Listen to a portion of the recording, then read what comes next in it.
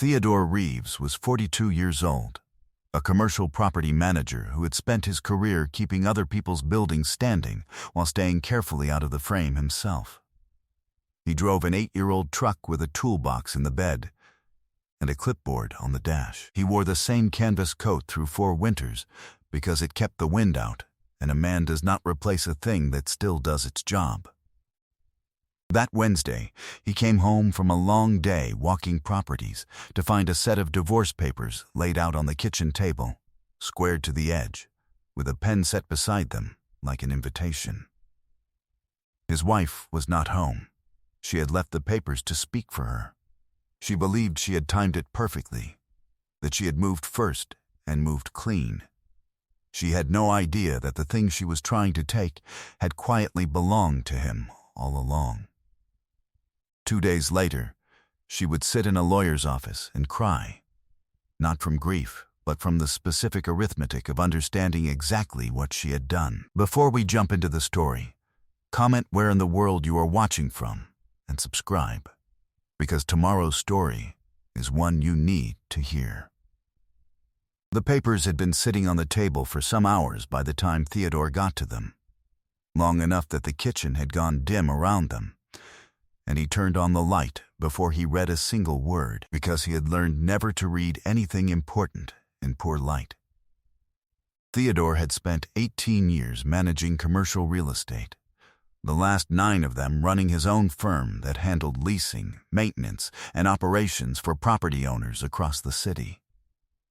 What few people understood, and what his wife had never once thought to ask about, was that over those years Theodore had stopped only managing buildings and begun, quietly, to own pieces of them.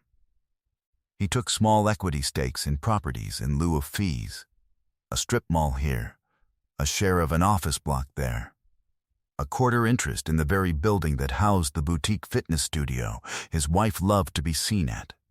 He held these through a holding entity with a neutral name, and he never mentioned them, because he had learned that the moment people knew what you owned, they stopped showing you who they were. By the most recent accounting he never discussed at dinner, the entity was worth a little over $300 million. He still drove the 8-year-old truck. He saw no reason not to. He was the kind of man who would rather be underestimated at his own table than impressive at someone else's. When he married Sloane 6 years ago, she had been an ambitious sales manager with a taste for the appearance of success. Theodore had funded the lifestyle she wanted without ever making her feel she owed him for it. The condo downtown, the car she liked, the standing membership at the studio. He had carried the cost through the same quiet entity so that the money simply seemed to be there, the way she believed money was for people like her. He never corrected the impression.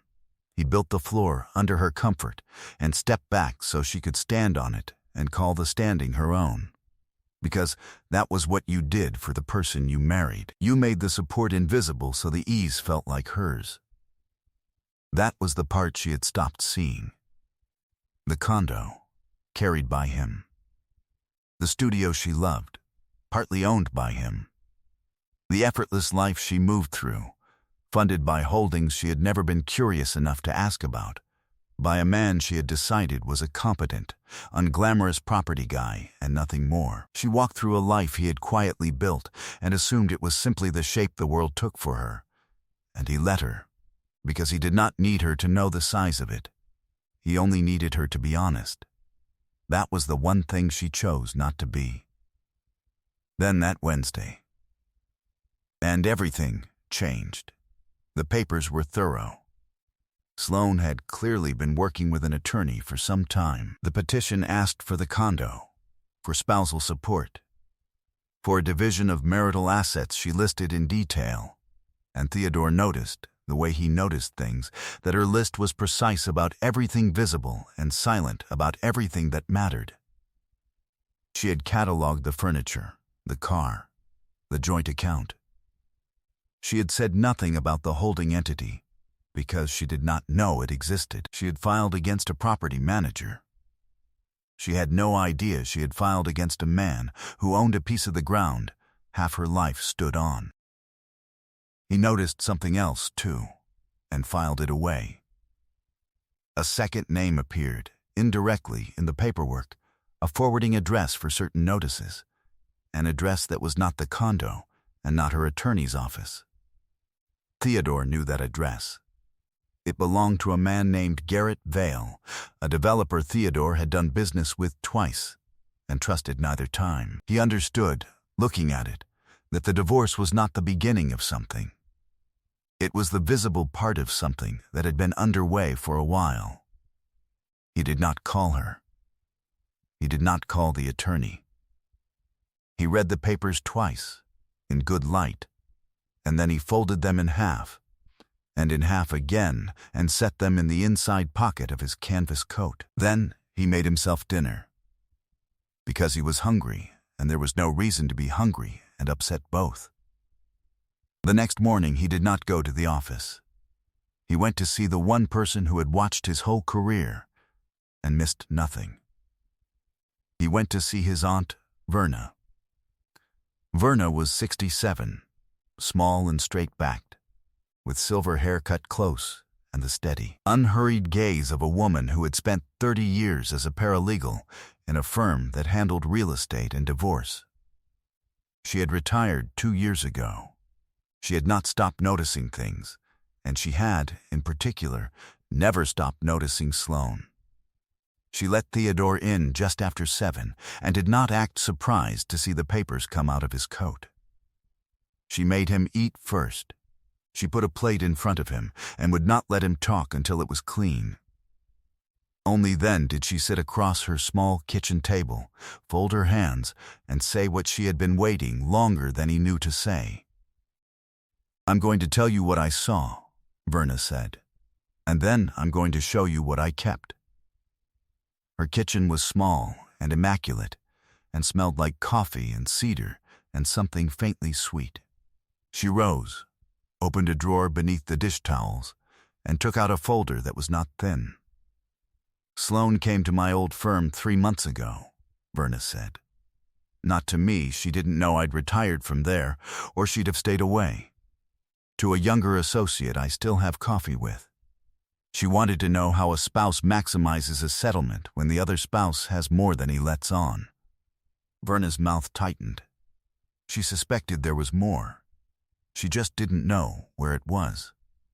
So she decided to file aggressively and frighten you into revealing it, or settling fast to make it go away. She slid the folder across the table. "Eat first was for you. The rest is for her, and for the man helping her look." He opened it and read it the way he read a property file, not line by line but for the whole, feeling for where the structure was load-bearing and where it was only paint. The first thing he saw was a record of money moving. Over the preceding 4 months, just under $140,000 had drained from the joint account, the account Theodore funded, into an account in Sloane's name alone. And from there, a portion had gone to Garrett Vale, the developer, at the forwarding address. It was not a nest egg. It was a stake. Sloane and Vale had been quietly assembling capital for a development play, and the play, Theodore saw as he read further, depended on a parcel of land that Vale needed to assemble from several owners. He read it once. Then he folded the page in half, and in half again, and laid it flat on the table. "There's more," Verna said.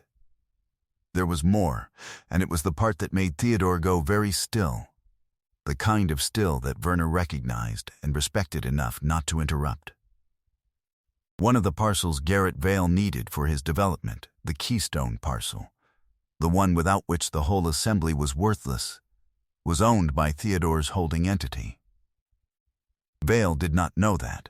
Sloane did not know that. They had been planning, with Theodore's own money, a project that could not happen without land that quietly belonged to the husband Sloane was trying to leave with a frightening stack of papers. She had drained his account to fund a venture that depended, at its foundation, on his property, and she had no idea, because she had never once asked what he owned. Verna walked him through how it had been kept from him, because that was the part that mattered for what came next. The transfers from the joint account had been disguised as ordinary spending, larger withdrawals dressed up as the kind of expenses Sloan was known for, so that a man glancing at a statement would see only his wife living the way his wife lived. Each one was plausible alone. Only added together did they become a stake. And Sloan had counted on him never adding them together, because adding them together would have meant he was watching her finances, and she had spent years cultivating the belief that he was too unbothered, too unambitious, too simple to watch anything closely. The underestimation she had built around him was the same thing that let her move the money. It always was, Theodore thought. The contempt and the taking were never two separate things. They were one gesture, wearing two faces. Theodore looked at the parcel number on the assembly map. He didn't say anything. He had bought that parcel 4 years ago, for reasons that had nothing to do with any of this, simply because it was a good piece of ground at a fair price and the seller needed to move quickly. He had nearly forgotten he held it. It sat in the entity earning a little from a month-to-month tenant, unremarkable, patient. He understood now that the good piece of ground he had almost forgotten was about to decide everything. He looked at everything on the table. The drained $140,000. Garrett Vale. The development. The Keystone parcel that was his. The aggressive filing meant to frighten him. He could see the whole shape of it now, the way you see how an assembly fits once you find the parcel everything else depends on. It was not a wife who had simply fallen out of love and wanted out. It was a woman who had decided he was hiding something, set out to take it, funded a partner with his money, and built the entire plan on a foundation she did not know he owned. "What do you want to do?" Verna asked. He thought about it for a long time. He set his hand flat on the folder. "Almost nothing," he said. "It's already done. They just don't know it yet." He didn't move fast. That was the part she could never have accounted for, and the strange thing, the thing that gave the next 2 days their particular quiet, was that he did not need to move at all. He had not built a case in a hurry. He had not scrambled to assemble leverage. The leverage had been sitting in his holding entity for 4 years, bought for ordinary reasons, doing ordinary work, waiting without anyone's knowledge to become the one thing that mattered. The patience was not in the planning. The patience was in the not mentioning, the 18 years of letting people underestimate what he held, which meant that on the day he needed it, the truth was already true and simply had to be allowed to surface. So, he made 2 calls, and neither of them was loud. The first was to his own attorney, a methodical man named Okonkwo, who returned calls before dawn and never let his voice rise with the stakes. Theodore told him about the papers, the drained account, the forwarding address, the development, and the parcel. Okonkwo was quiet for a moment. "She's filed assuming you have hidden assets she can frighten into the open," Okonkwo said.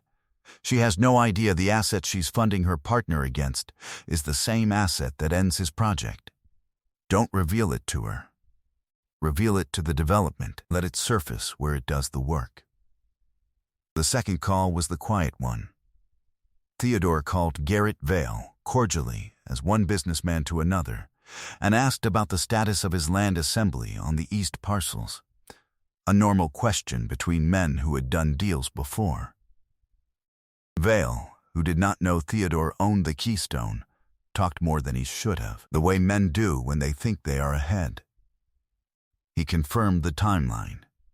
He confirmed that the project's financing depended on the assembly closing within the week. He confirmed, without knowing it, exactly where the load was carried. Theodore thanked him and ended the call. Verna had been watching from across the table, She had not said anything through the whole conversation. She just sat with her coffee. "He thinks it's already his," Theodore said. Verna said nothing. She reached over and refilled his coffee. Meanwhile, Sloane believed she had already won. The papers were filed. The pressure was applied. In her mind, it was now a matter of waiting for a frightened man to fold. She had moved her things to the condo she assumed she would keep. She told the people in her circle that she had been brave, that she had finally chosen herself. She called her attorney and described the settlement she expected, her voice carrying the ease of a woman filing paperwork for a result already decided. She called Theodore once, the morning after he found the papers. Her voice opened soft and turned, within 90 seconds, to pressure. She said she hoped he would be reasonable, that there was no need to drag it out, that they both knew he could afford to be generous. She said, "I'm sorry it had to be like this, which is not the same as I'm sorry." He listened to the voicemail twice, not because it stung, because he wanted to remember the exact shape of a woman asking him to fund, generously, her exit toward a development built on his own land. Patience was his most practiced skill. It was simply the one she had never had reason to watch him use. It took 2 days. Theodore did not arrange a confrontation. He had no taste for them, and he did not need one. He simply instructed Okonkwo to do the ordinary, devastating thing, to formally notify Garrett Vale's project, through counsel, that the Keystone parcel in his land assembly was owned by Theodore's holding entity, was not for sale, and would not be contributed to any development, and, in the same notice, to put on the record that funds traceable to Theodore's marital account had been invested in a venture now disclosed to be structurally dependent on Theodore's own property. He let the truth land where it would do its work, in a developer's office on a deal's timeline, rather than across a kitchen table. There was no shouting in it, no accusation, no scene. There was only a document that said, in flat and factual language, what had been true the entire time. The notice arrived at Vale's office late on the first morning. Okonkwo, who never let his voice rise with the stakes, said afterward that the response had come within the hour. First a call from Vale's counsel asking whether there had been some mistake, some confusion about the parcel's ownership. And then, when it became clear, there was no mistake. A silence on the line that told him everything. There was no confusion. The chain of title was clean and old and entirely Theodore's. A man who has built a development on the assumption that he can buy a piece of ground learns, in a single afternoon, that the ground was never going to be for sale, and that he has spent his financing and his timeline and his partner's money on an assembly with a hole in the center of it. The effect moved fast, because the timeline Vale had confirmed left no room. Without the Keystone parcel, the assembly collapsed. Without the assembly, the financing Vale had lined up evaporated within the day, because lenders do not fund a development missing the one parcel that makes it a development. And the moment the project died, the $140,000 Sloane had put into it, Theodore's money, moved to her account and then to Vale, became money invested in a venture that no longer existed. Money she would now have to account for in the very divorce she had filed. Sloane learned it, not from Theodore, but from Vale, who called her in something close to panic, his easy confidence gone, demanding to know whether she had known her husband owned the parcel, accusing her of it, because a frightened man looks for someone to blame. She had not known. That was the cruelty of it for her. She had been certain there was something her husband was hiding, certain enough to drain an account and file a war. And she had been right that there was something, and catastrophically wrong about which side of the board it sat on. Then her own attorney called, having received Okonkwo's notice, and walked her through what it meant in the patient. Even tone attorneys use when they are delivering news a client should have seen coming. and it was in her attorney's office, 2 days after she had laid the papers on the table, squared to the edge with a pen beside them, that Sloane sat down to hear exactly where she stood and cried. Not because she had lost a man she loved, because she finally understood the arithmetic, that she had drained her husband's account to fund a partner whose entire venture depended on her husband's land, that the aggressive filing meant to frighten him had instead surfaced the very thing she'd been hunting for, on the worst possible terms, and that the property manager she had filed against held a position she could not have imagined and could not now escape. Theodore did not go to that office. He heard about the tears the way he heard about most things, second-hand and without satisfaction. He returned Sloane's call once, afterward, and kept it short, and said the only thing he intended to say. "You came home to nothing and left papers on the table," he said, evenly, not cruel, simply precise. "You should have asked what was holding the table up." He ended the call. He did not call again. It did not happen all at once, though it had started fast. The divorce, once the truth was on the record, resolved on terms that bore no resemblance to the ones Sloane had laid out with her pen. The condo, it turned out, had been carried through the same holding entity she'd never known about. Her claim to it dissolved on examination. The $140,000 became a debt to account for rather than an asset to keep, gone into a development that had collapsed the moment the keystone surfaced. Garrett Vale, who had talked too much to a man he thought he was ahead of, lost the financing, the assembly, and a good deal of his standing, and had nothing to offer Sloane but the company of his own failure, which she declined. She was not ruined publicly. She was simply smaller. The lifestyle she'd moved through had never been hers, and without the man who quietly carried it, it contracted to the size of what she could actually hold. The sales career she'd built her confidence on slowed when the easy momentum stopped.